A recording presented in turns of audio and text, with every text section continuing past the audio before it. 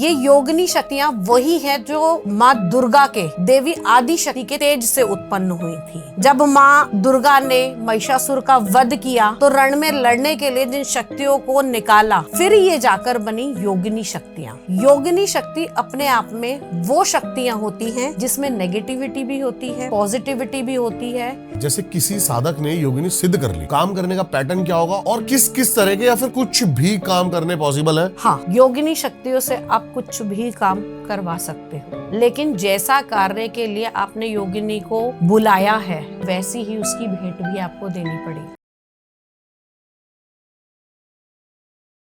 दीदी, योगिनी शक्ति के बारे में बताओ मुझे, कुछ योगिनी शक्तियाँ क्या है? लोगों ने ना भ्रम फैला दिया है, योगिनियां ऐसी होती हैं, योगिनियां वैसी होती हैं। बेसिकली जब आप किसी भी कार्य को करते हैं तो आपके साथ काम करने के लिए आपको सहायकों की आवश्यकता होती है। ये योगिनी शक्तियां वही है जो माँ दुर्गा के देवी आदि शक्ति के तेज से उत्पन्न हुई थी। जब माँ दुर्गा ने महिषासुर का वध किया तो रण में लड़ने के लिए जिन शक्तियों को निकाला, वो ये सब देवी की सहभागियां थी। देवी के अलग अलग रूप से योगिनियां उत्पन्न हुई। वैसे तो अगर कहा जाए कि जो 8 पराशक्ति थी, जैसे इंद्री हो गई, ब्राह्मणी हो गई, विष्णु से वैष्णवी निकली, माँ कालिका थी, इन 8 शक्तियों से 8 और अन्य शक्तियां निकली, फिर ये जाकर बनी योगिनी शक्तियां। योगिनी शक्ति अपने आप में वो शक्तियां होती हैं जिसमें नेगेटिविटी भी होती है, पॉजिटिविटी भी होती है। योगिनियों को अगर देखा जाए तो इसमें रजस, तमस और सात्विक तीनों होती हैं। ठीक है। जिनकी पूजा करने से राजसिक शक्तियां तक मिल जाती हैं। पहले के जो राजा थे वो राजस्व को पाने के लिए भी योगिनी शक्तियों की आराधना करते थे। जब बल चाहिए था, तमस चाहिए था, लड़ने की शक्ति चाहिए थी, तो तामसिक शक्तियों का योगिनी की तामसिक रूप की पूजा की गई। लेकिन जब यही पर ब्रह्म को पाना था, एक शून्य में मिलना था, तब इनको सात्विक रूप से पूजा गया। अब यही जो योगिनीय शक्ति थी, इनके अलग अलग स्वरूप होने के कारण इनकी अलग अलग विधियां थी। एक योगजा जो योग के द्वारा प्राप्त हुई, योग शक्तियों में ध्यान लगाकर उन शक्तियों को पाया जाता था। और एक हुई मंत्रजा, जो मंत्र के बल पर इनको बुलाया जाता था, वो योगिनी शक्तियां होती थी। अब योगिनी शक्तियों में भी, अब जब हमारे यहाँ कोई भी आता है ना, तो हम उसको कहते हैं कि इसको एक आइडेंटिफिकेशन देना होगा, इसको एक पोस्ट देनी होगी। तो जब ये शक्तियां आती है ना, तो ये शक्तियां स्थान मांगती हैं कि आप मुझे किस स्थान में देखना चाहते हैं। कोई इन्हें माँ के रूप में पूछता है, कोई इन्हें बहन के रूप में पूछता है, और आजकल जो बहुत ज़्यादा कॉमन चीज़ हो गई है, अपनी आवश्यकता पूरी करने के लिए कोई इन शक्तियों को पत्नी स्वरूप भी पूछता है। लेकिन एक चीज़ और बता दूं, हर शक्ति का आपकी इच्छा के अनुसार फल मिलता है, और ये योगिनी शक्ति वही चीज़ देंगी जो देवी आपके लिए निर्धारित कर रही है। कई लोगों ने जैसे कि माँ काली सिद्ध करी हुई है और कई अन्य शक्तियां सिद्ध करी हुई है। मैंने ऐसा सुना है कि कार्य जो करती हैं वो भी उनकी योगिनियां आके ही करती हैं, ऐसा कुछ होता है क्या? हाँ, बिल्कुल। कोई भी शक्ति डायरेक्ट कार्य नहीं करती है, उनकी सहायक योगिनियां जो होती हैं वो कार्य को करती हैं। आपने अक्सर देखा भी होगा, लोग कहते हैं ना कि लोगों को दिखाते हैं कि ये सर घुमाते हैं, इनके अंदर देवी आ गई, लेकिन वास्तव में वो देवी नहीं होती, वो एक अंश मात्र इन योगिनी शक्तियों का ही होता है। वही योगिनीय शक्तियां जो हैं वो स्वरूप में आती है। लेकिन आप क्योंकि ये सोचिए ना कि वो जो इतना विशाल स्वरूप है जो देवी का, क्या वो इस मानव शरीर के अंदर प्रवेश कर सकता है?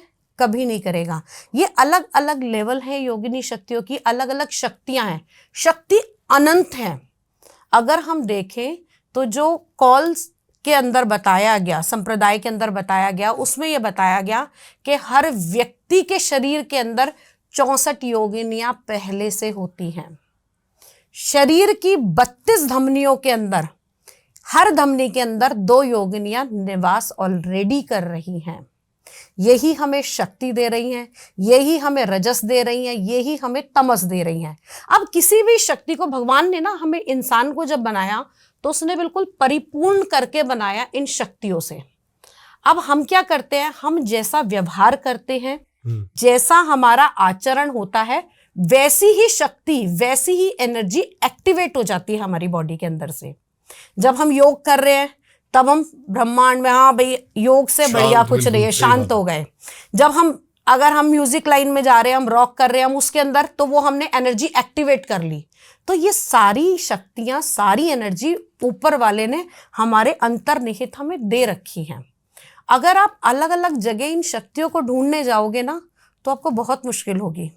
अंतर्निहित अगर इन शक्तियों को ढूंढोगे तो सब मिल जाएंगी। प्रोसेस क्या है? जैसे कि कई लोग बैठते हैं योगिनी शक्तियां प्राप्त करने के लिए या फिर योगिनी सिद्धियां पाने के लिए, प्रोसेस क्या है इनका? या फिर जो आपने तीनों रास्ते बताए, राजसिक, राजसिक, तामसिक और सात्विक, सात्विक, इन तीनों के अलग है? हाँ देखिए, अलग अलग है। जैसी आपकी मन की इच्छा होगी, कहते हैं ना, जाकी रही भावना जैसी, प्रभु मूरत देखत तिन तैसी। आप जिस मंशा से चीज को पाना चाह रहे हैं, वैसी ही शक्ति आपके पास में आएगी। ठीक है। इन्हें मंत्र के द्वारा किया जाता है, अष्टमंडल बनाया जाता है, उसके ऊपर इनको आधारित किया जाता है। सब चीजों की अलग अलग विधियां होती हैं। कोई इन्हें तमस से करता है, कोई इन्हें सतोगुण से करता है, और कोई केवल ध्यान के द्वारा भी योगिनी शक्तियों को प्राप्त कर सकता है, क्योंकि पाने का रास्ता सिर्फ एक ही है इन योगिनी शक्तियों का। अब ये योगिनी शक्ति, लोग कहेंगे कि योगिनी शक्ति, आप योगिनी मंदिर में जाओ तो ये मदपान भी करती हैं, ये मांस का सेवन भी करती थी। बेसिकली अगर देखा जाए तो ये जो योगिनी शक्ति थी ना, जब रण में लड़ती थी, उसके बाद में बहुत ज्यादा थक जाती थी, इन्हें भूख भी लगती थी, इन्हें प्यास भी लगती थी। रण में लड़ती थी? जब देवी के साथ में ये सहभागिनी थी, शत्रुओं का, असुरों का वध करने के लिए जब ये जाती थी, तब ये लड़ती थी। अब कोई भी होगा, उसको कोई ना कोई चीज चाहिए होगी। आपने देखा होगा माँ छिंदमस्तिका की जो ललिता और विशाखा जो उनके साथ में थी सहभागिनियां, जब उनको बहुत ज्यादा भूख लगी तो उनकी क्षुधा काटने के लिए माँ ने अपना ही शीश काट के उन्हें रक्तपान कराया। तो ऐसे ही इन शक्तियों को भी जो दिखाया गया है कि ये मदपान करती हैं, या योगिनियों के जो चित्र या मूर्ति दिखाई देती हैं, उनके हाथ में ये मदपान करते हुए दिखाया जाता था। लेकिन ये वो मदपान नहीं था जो आज की डेट में लोग कहते हैं कि शराब और मांस देना चाहिए। जो मांस था वो थी सारी नेगेटिविटी, ठीक है, जो उत्पन्न होती थी उस रण के बाद में। और जो ये मदिरा थी, कहीं इसे शक्कर का पानी, कहीं मोठ, कहीं इसे मीठा जल, कहीं जड़ी बूटियां, इन सब से मिलाकर जिसे बनाया जाता था, इसे सुरा कहा जाता था। सुरापान, ये सुना है मैंने। हाँ, ये सुरापान था जिसे मदपान में परिवर्तित कर दिया। और ये जो सुरा बनती थी, हाँ जी। इसको लेने के बाद में योगिनी शक्तियों को एनर्जी मिलती थी। अब अगर देखें तो बहुत से लोग ये भी कहेंगे कि हवन के अंदर शराब भी चढ़ाई जाएगी, मांस भी चढ़ाया जाएगा, ये चीजें दी जाएंगी। लेकिन वास्तव में उस समय इन चीजों को बनाने का तरीका अलग था। जैसे गुड़ के द्वारा, गुड़ के पानी से अगर आप हवन करोगे या गुड़ के द्वारा करोगे, तो भी ये वही फल देगा जो आपको शराब से मिलेगा। ओके। मतलब पहले तरीके अलग थे, उन्हें प्रस्तुत गलत तरीके से किया। समझ गया आपकी बात। ये जो बताया जाता है कि 41 दिन 21 दिन की साधनाएं होती हैं, और उसमें साधक जो है वो अपने शरीर पे गंदगी, ये वो देखिए, वो जो सारा है वो अघोर पंथ की तरफ से बताया जाता है कि जो अघोर मार्ग को लेकर और फिर इन शक्तियों को पाना चाहते हैं, वो एक अलग क्रिया है। अघोर मार्ग, शैव संप्रदाय, ये दोनों अलग अलग चलते हैं, तो इनकी विधियां अलग अलग होती हैं। जो अघोरी करते हैं वो तो बिल्कुल ही शून्य है। अघोरियों की अगर हम बात करें तो जहां पर हमारी चीजें खत्म हो जाती हैं, वहां से उनकी चीजें शुरू होती हैं। अघोर का अगर वास माना जाए तो वो शमशान के अंदर माना जाता है, कि शमशान में अघोरियों को देखा जाता है। आप एक चीज देखिए, कोई किसी का कितना भी प्यारा होगा, कितना भी उसका नजदीकी होगा, सिर्फ उससे नाता तब तक है जब तक उसके अंदर शक्ति है, यानी कि जब तक उसके अंदर सांस है। जैसे ही वो शक्ति निकली, वो शव हो गया। फिर घर वाले भी अगर उसको जलाकर आ रहे हैं तो उसके बाद वो पहले स्नान करेंगे।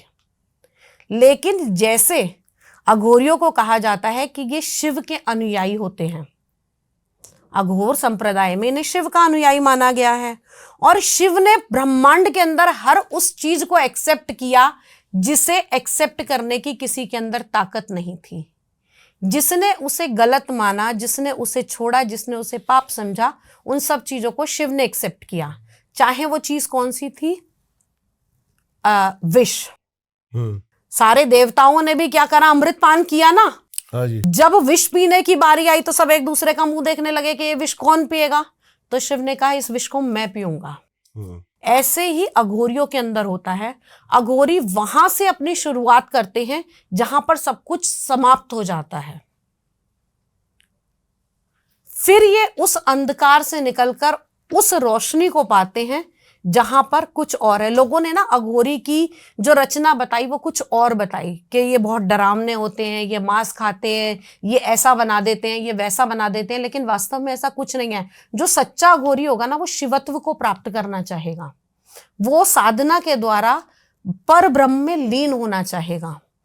जो इन सारे सांसारिक सुखों से कट गया, जहां सब चीज का अंत हो गया, फिर वो आया शमशान, जिसने इस साधना की शुरुआत ही शमशान से की। तो यानी कि वो अपना सब कुछ खत्म करके आ चुका है। जब एक व्यक्ति अघोरी बनता है तो वो अपने सारे सांसारिक नातों को खत्म कर देता है, ठीक है।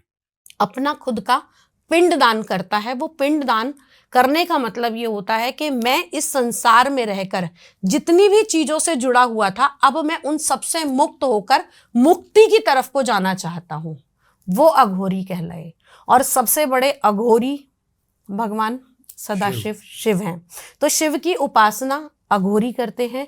शिव की उपासना के साथ साथ यहाँ माँ काली शक्ति की उपासना का भी विशेष महत्व दिखाया गया है। शिव, अगर हम अघोरियों के अंदर बात करें तो अघोरी अलग अलग साधनाएं करते हैं। शव की साधना भी करते हैं अघोरी, और भी बहुत सारी साधनाएं करते हैं, लेकिन हर साधना का करने का तरीका अलग होता है। किसी साधना में कहते हैं कि कच्चा मांस खाते हैं, ये मतलब गंदगी भी ग्रहण करते हैं। क्यों? क्योंकि यहां पर अघोरी आके ना अच्छा और बुरा, गलत और सही, इन सबको त्याग देते हैं। वो कहते हैं कि इस ब्रह्मांड में जो सारी चीजें हैं ये सब ऊपर वाले की देन है, हमें सब कुछ एक्सेप्ट करना पड़ेगा। अच्छा हर कोई एक्सेप्ट करता है, लेकिन गंदे से हर कोई घबराता है। तो अघोरी इन शक्तियों से भी एनर्जी प्राप्त करते हैं।